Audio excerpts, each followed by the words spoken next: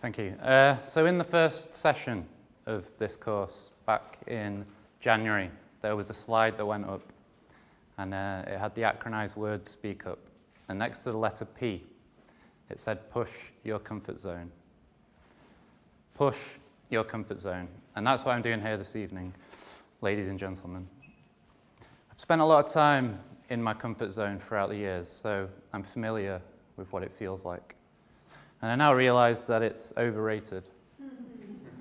I would avoid situations that I felt were uncomfortable. And in doing so, it would lead me to feel agitated, restless, and down. Because that's the paradoxical thing about the comfort zone. It's not always comfortable. Perhaps the familiar zone would be a more accurate way of describing it. My way of thinking in this regard began to change when I started a counsellor training course back in 2014, which I've just finished a few weeks ago, and I'm now fully qualified. It was on this course that I began to see how emotionally damaging it can be to stay in your comfort zone. On the first day of the course back in September of 2014, I was late and therefore the last person to arrive.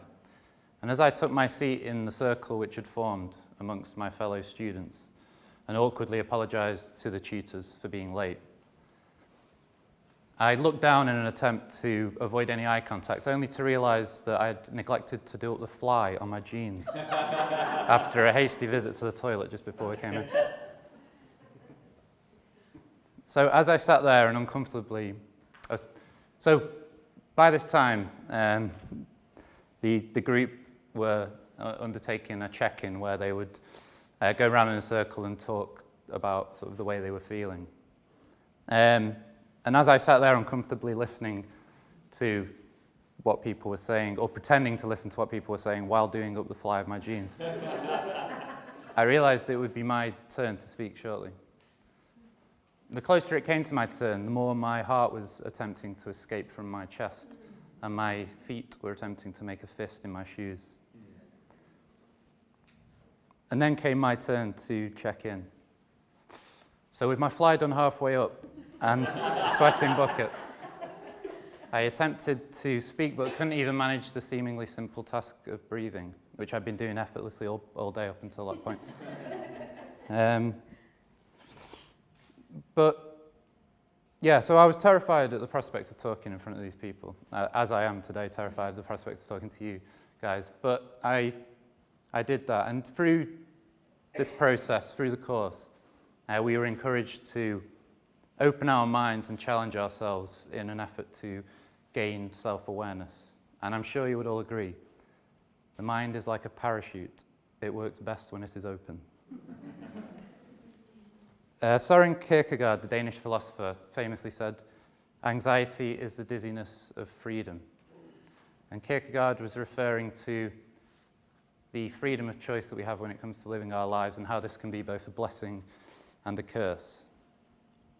On the one hand, it's great to be free to do whatever we want to do, but there's also an anxiety attached to that which can make us avoid situations, new experiences, and new ways of thinking.